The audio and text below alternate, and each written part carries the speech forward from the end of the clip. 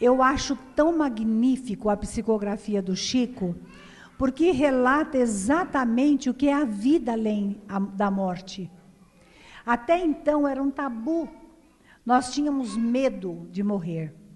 Também o sacerdócio nos ensinava, qualquer pecado que era mortal é fatal, nós íamos direto para o inferno. Depois, aqueles pecados mais leves, nós íamos ficar no purgatório. Ia demorar um pouquinho para sair, mas nós íamos passar maus bocados. E feliz naqueles que eram merecedores do céu, e também, de repente, eles poderiam até ficar estressados, porque ficava tocando harpa o dia inteiro, numa ociosidade imensa. Imagina a Dionísia, lá no céu, escutando a harpa o dia inteiro, ela que é elétrica, que dirigiu a nossa sopa de domingo 20 anos, de repente fala, não, você merece o céu, vai lá para o céu, e você vai escutar a harpa. Eu tenho certeza que no segundo dia ela já começa a ficar agitadinha. Então, nós precisamos entender o que é a vida. Gente, toda a causa é aqui, quando nós estamos no corpo, mas também o efeito é no plano espiritual. Então, prestemos atenção, porque o segundo livro de André Luiz é exatamente essa obra-prima, que é Os Mensageiros. Após o sofrimento de André Luiz, a adaptação, a decepção com ele mesmo, os esclarecimentos, ele vai fazer parte de um grupo chamado Os Mensageiros. Pertence ao Ministério da Comunicação. Sabe, gente, quando eu tinha mais ou menos 13, 14 anos, eu estava assumindo o trabalho na casa espírita.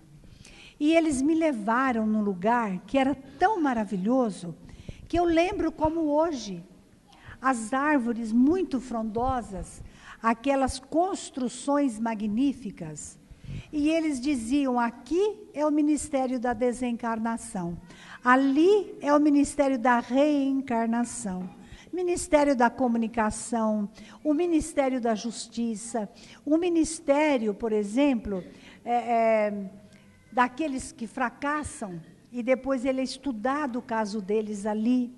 E aí, quando nós começamos a ler esses livros, nós fomos ficando deslumbrados, porque é a realidade. Começamos a entender melhor a palavra de Jesus, quando diz, na casa do meu Pai, há muitas moradas. Eu não sei por que nós fazemos tantos problemas para nós mesmos, tanto medo de morrer, tanto medo de passar para o plano espiritual e medo de ficarmos na terra e, de repente, nós seguirmos o Cristo, aceitar o caminho do bem. Tem pessoas que não abrem mão do que é. E o pior de tudo é que não é coisa muito boa, não é? Mas não abre mão, eu sou assim, você me aguenta. Isto é lamentável, acredite.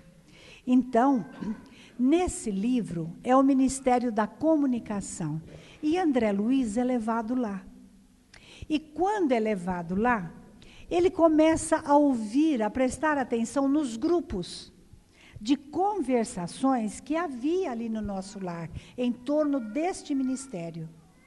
E me chama a atenção as dificuldades que o espírito passa além sepultura. Não é por falta do corpo.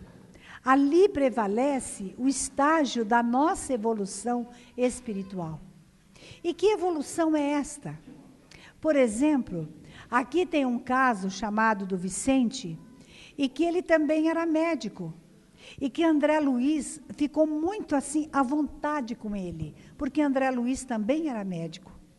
Mas era ali no plano que eles viviam, ser médico não era só decorar texto, decorar o corpo humano, a biologia, era muito mais além, porque tinha mesmo que entender para poder se desenrolar, sabe, todos os processos que, afinal de contas, nós temos dentro de nós.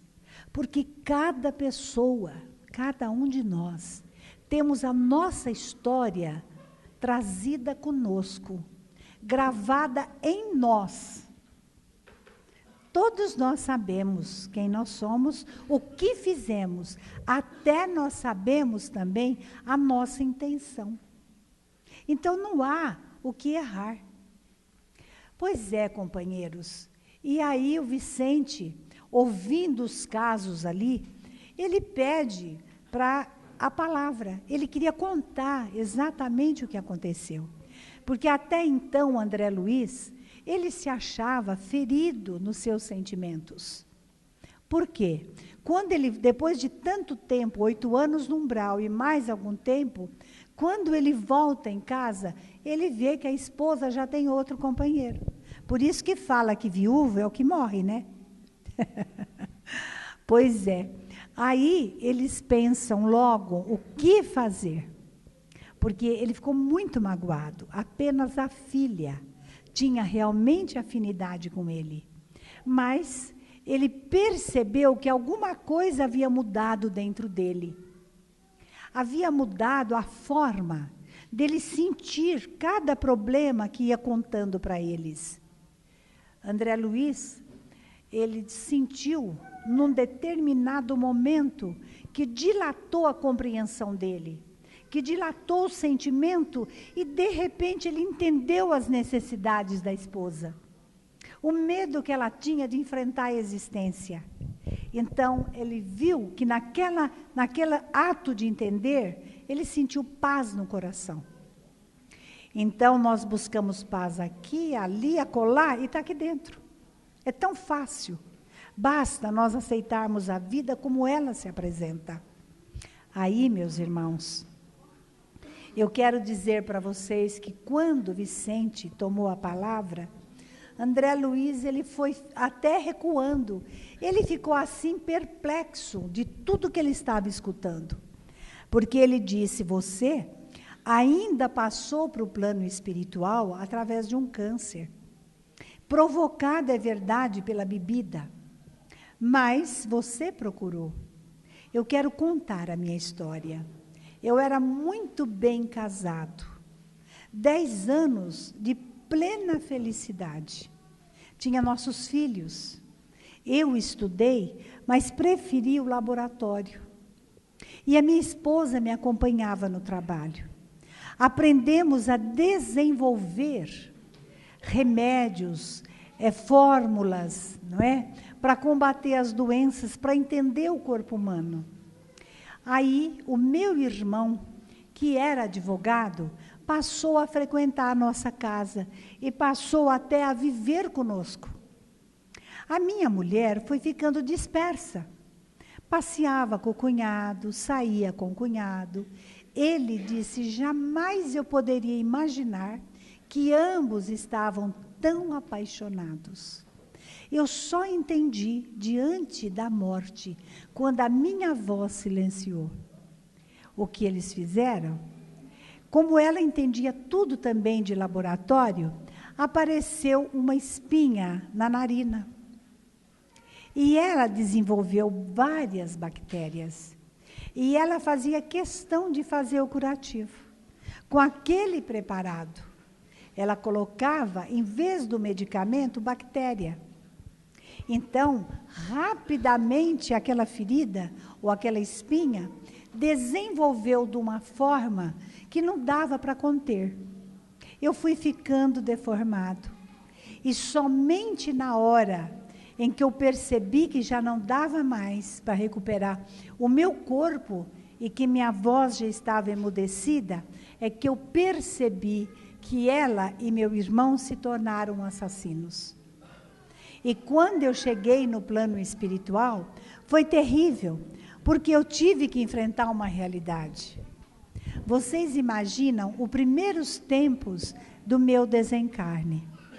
Neste livro, eles descrevem uma região em que, quando eles saem de nosso lar, que eles vão para fazer auxílio aqui na Terra, eles sobem primeiro montanhas, depois eles descem, e descem, e descem. Só que eles começam a vislumbrar não só as montanhas, mas como se fosse Sabe aquelas águas que vão cristalizando e que vai ficando aqueles filetes? Eles percebiam aquilo e eles estavam volitando. Até que o instrutor Anacleto diz o seguinte: daqui para frente não vamos volitar mais, nós vamos andar como qualquer ser humano. E também exortou a ele e ao companheiro que apagasse os fios luminosos. Porque a região era muito densa. E que André Luiz pergunta: mas como? Por quê? Que lugar é esse? Onde estou? E que eles dizem: aqui é próximo da terra. Todos nós, quando morremos, nós temos que atravessar essa região. É aí, gente, que eu digo: a vida é lei de sintonia. Porque se eu pratiquei um ato contra alguém, prejudicando, e eu sou consciente que eu quero prejudicar, é ali que esta vibração, a minha consciência, me pega. De repente eu não saio daquele marasmo. Eu não consigo. Agora, se de repente eu errei, mas foi querendo acertar, a minha própria consciência me liberta. Facilmente os mensageiros me recolhem. Por isso, ninguém consegue ludibriar a lei de Deus. Pois é bem como se diz, né? A gente tem a lei de Deus gravada na nossa consciência. Então, nós não fugimos de nós mesmos. Podemos enganar a quem quer que seja, mas a nós não enganamos. E quando eles foram penetrando mais perto da terra, de repente eles avistam um palácio iluminado. Iluminado, que eles ficaram deslumbrados. Claro que o instrutor Anacleto já estava acostumado, mas ele e o Vicente, eles não estavam acostumados. Aonde, que região é essa? Que lugar é esse? E aí, então, eles dizem: aqui é um palácio aonde tem um casal que dirige. Ismália é a obreira do Senhor dentro desse castelo. E eles entram. E ele percebe que Anacleto, para ele, aquela porta não era nada, ele podia atravessar. Mas, pela humildade, ele preferiu tocar a campainha. Porque os dois aprendizes ali não sabiam como se comportar diante daquilo. E alguém vem abrir as pesadas portas. E quando eles entram, gente, é um deslumbre. Agora, vocês imaginem, lá dentro, a pessoa que está dirigindo, o diretor da casa, ele tem uma companheira chamada Ismália, e que ele conta também o problema dele. Porque André Luiz diz: até agora, nós ouvimos caso em que há assassinato, há traição, em que há, por exemplo, o desajuste entre marido e mulher. E por que levou esse casal a ter esse mérito, não é? De ter, vamos dizer, de viverem aqui nesse castelo. Que é lógico que eles não estão lá como é que fala? Em férias. Eles estão recolhendo espíritos com dificuldade. E eu noto que o plano espiritual, ele é incessante no trabalho. Gente, eu noto que o tempo pode passar como for, a lei é trabalho. E eu noto nós aqui na Terra reclamando do trabalho. Deus dá saúde, mas nós reclamamos. Eu trabalho demais. E isso, e aquilo outro. Abracem o trabalho, aprendam a gostar do trabalho, porque nós estamos, na verdade, nos preparando para o nosso futuro. E aí, diante da curiosidade, principalmente do André Luiz, ele conta a história dele. Ele diz: não é tão simples assim. Eu era bem casado com a Ismália, mas, no entanto, meus ciúmes fez com que ela dispersasse. Eu a fiz sofrer muito. Eu a afastei dos meus filhos. Tudo por causa de uns ciúmes. E ela chegou no plano espiritual vitoriosa, mas eu não. Eu cheguei mais endividado do que quando eu fui. Hoje, ela está num plano maior. Mas, no entanto, nesse plano maior, a Ismália, a abnegada companheira, ela vem me visitar de vez em quando. E nós estamos nos preparando para um futuro. Porque nos amamos de fato. Aqui nesse plano, só fica junto quem se ama. Interessante. Quantas pessoas que são viúvos ou viúvas e que de repente contraem a segunda núpcia e depois, quando estão desencarnando, às vezes nos perguntam com quem eu vou ficar. Eu tenho um marido lá e o outro que já foi também, agora eu estou indo, quem que vai ficar comigo? Como é que eu vou me explicar? Não é? Hã? Adúltera, né? Não, os espíritos é tão simples, gente, porque do lado de lá, nós todos vamos encontrar os espíritos que temos afinidade. Prevalece aqueles que têm afinidade. Podemos ter 7 casamentos, 8 casamentos, vai ficar aquele que nós temos afinidade. Então, não há por que nós termos medo. Não há por que nós ficarmos assim tão embaraçados, né, para fazer a partida, porque isso não tem problema. Então, vocês sabem, nós estamos falando num plano bem próximo à Terra, mas o nosso lar, que é uma colônia fundada por portugueses e que fica mais sobre o Rio de Janeiro do que São Paulo, né? Eu acredito que todos os espíritas sonham em desencarnar e, quando abrir o olho, ficar com Clarencio, que é um dos instrutores, não é? Ou então, quando abrir os olhos assim, dizer, nossa, olha André Luiz aqui, olha fulano, olha Beltrano. Mas isto, gente, é caso raríssimo, mesmo porque tem alguns que já reencarnaram, que é o caso de Silas, do nosso lar. Quando a mãe voltou para a Terra, o Silas veio logo depois para ser filho. E Emmanuel, uma curiosidade, todo mundo sabe que Emmanuel reencarnou. Sabe onde Emmanuel reencarnou? Na família da Laura, do nosso lar. Ele não morava no nosso lar, não, viu? Ele está muito mais para cima. Mas ele era neto ou bisneto de Laura, do livro Nosso Lar. Por isso, eu me encanto muito com as obras espíritas. É a única religião que responde os porquês da nossa vida. E toda vez que nós formos orar, gente, pensa que a vida é lei de sintonia. Quando eu busco forças para não cair em tentação, eu estou movimentando o meu ego, a minha energia, pedindo força para resistir à tentação. Eu vou sintonizar com milhões de espíritos no meu estágio de evolução. E que eles também estão buscando forças para não cair em tentação e já aderir ao trabalho. Eu vou sintonizar com essa faixa de pessoas. E esses espíritos encarnados também vão, um passando energia para o outro, compreenderam? É assim que a lei de Deus se processa. Não existe milagres, vocês sabem, assim na lei divina. Nada é feito como uma varinha mágica, não é? Um pó de pirlim-pim-pim, que fala tanto desses desenhos animados, mas é lei de sintonia. Por isso a nossa oração, toda vez quando for dirigir a Deus, nosso Pai, nós temos que ter um objetivo. Nós podemos pedir para Deus, Ele é o Senhor do Universo.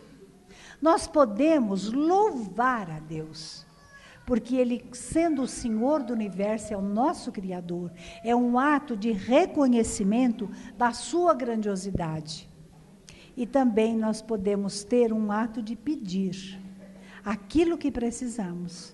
Segundo André Luiz, nenhuma oração fica sem resposta.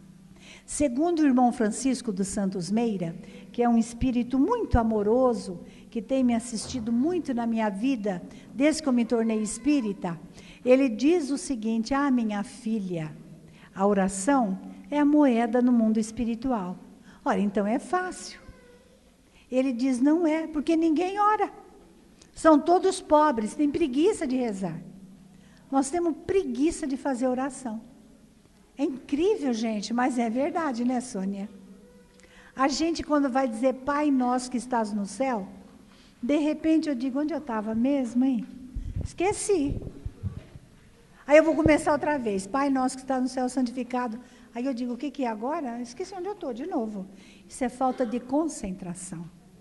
Mas numa noite como esta, aonde os mensageiros labutam no plano espiritual, nós queremos endereçar a Jesus, através da oração do anjo Ismael, o pedido pelo Brasil, que é a pátria do Evangelho. Não podemos nos cansar de exortar a graça de Deus, para que esses espíritos tenham muita força, a falange do anjo Ismael, para que dirijam os vereadores, os deputados, senadores, tudo quanto é homem que está na direção de alguma coisa, para que abrande o coração desse povo. E que não vão fazendo leis que atrapalham a evolução do ser humano. Que entendam que a melhor forma de educar os filhos é o trabalho. A melhor forma de ajudar um adolescente é preenchendo o tempo com coisas úteis, edificando na mente dessas crianças, desses adolescentes, a verdadeira arte, que é a música, que é a pintura, enfim, que é a poesia. Então, que eles não deturpem criando leis, aonde os pais não sabem mais o que fazer com seus adolescentes. Que esse anjo que um dia Jesus chamou na sua esfera divina, ele e outro grande espírito que depois reencarnou lá em Portugal, que é Henrique de Sagres, que fundou a Escola de Sagres de Navegação, onde deu origem o descobrimento da nossa pátria e da América. Nós queremos dizer, anjo de Jesus, tão meigo, tão maravilhoso, ajuda que o Brasil possa não decepcionar o nosso grande mestre. Faça, anjo glorioso, que o teu poder abranja os corações de todos aqueles que têm trabalho de edificar uma nação. Que as leis sejam elaboradas sobre tua inspiração. Fazei, anjo da caridade, que os lares, que as famílias se unam, para que os filhos reconheçam o amor aos mais velhos, aos pais. Fazei também que os pais não desistam da educação dos filhos.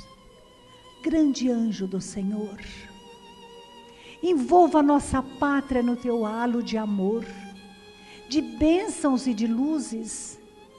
Anjo bendito, o fazei com que todo cidadão desempregado, que chora, que se aflige, possa encontrar o meio de arrumar emprego digno na manutenção de si próprios. Anjos, sob o comando de Ismael, envolvei todos os hospitais, os médicos, abranja, para que essas criaturas cumpram com seus deveres, ajudando os corpos a adquirirem saúde. Grande anjo do Senhor, que conquistaste a paz, sofrendo tanto nas encarnações, aqui na pátria do Evangelho, fazei agora que os pais se inspirem, que todo profissional cumpra com seus deveres, que o movimento espírita não detenha os passos, não reclame, mas que trabalha para sermos dignos dos benfeitores que nos assistem. Tira do nosso coração o orgulho e a vaidade. Ajuda-nos a entender a mensagem desses espíritos tão enobrecedores. E nós te pedimos sobre tudo, Senhor, permita que este anjo visite a nossa querida Marlene, o lar do nosso querido Vanderlei, recuperando a companheira querida. Se possível, anjo do Senhor, devolva para o nosso trabalho. Também te peço por aqueles que estão em clínicas de recuperação. Também te peço, anjo bendito, em favor das mãezinhas enfermas, da casa dos espíritas, da dona Luzia e do Kiko. 4 meses e meio de internação, de dores terríveis, que o nosso irmão tem atravessado como noites escuras de agonia. Anjo bendito do Senhor, não sabemos quem somos, mas sabemos apenas as necessidades do nosso coração em trabalhar, encontrar-te redivivo dentro de nós. Acolhe-nos na tua seara bendita, auxilia-nos a darmos o melhor de nós, porque, Senhor, junto com o anjo Ismael, com esta falange imensa que ajoelha, num sentido de humildade, queremos dizer glória a Deus nas alturas e paz na terra a todas as criaturas de boa vontade, que possamos então vencer os percalços e ser conosco agora e para sempre, que assim seja. Graças a Deus.